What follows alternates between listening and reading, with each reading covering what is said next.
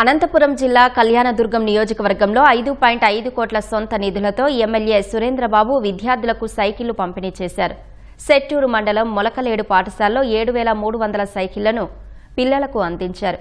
కరువు ప్రాంతమైన తమ నియోజకవర్గంలో పిల్లల చదువుకు ఎలాంటి ఆటంకం కలగకూడదనే ఉద్దేశంతోనే ఉచితంగా సైకిళ్లు పంపిణీ చేస్తున్నట్లు ఎమ్మెల్యే తెలిపారు. కూటమి ప్రభుత్వంలో విద్యకు అధిక ప్రాధాన్యమిస్తున్న సురేంద్రబాబు విద్యార్థుల చదువును నిర్లక్ష్యం చేయవద్దని సూచించారు.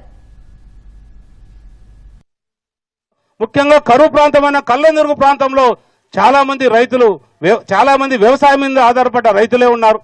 వాళ్ళ పిల్లల్ని స్కూల్ పంపించాలంటే వాళ్ళు లేదా ఉదయం లేచి వాళ్ళ పొలాలకు పోవాలంటే వాళ్ళ పిల్లలకి అక్కడి నుంచి ఇక్కడికి రావాలంటే 2 కిలోమీటర్లు 4 కిలోమీటర్లు అవుతుంది.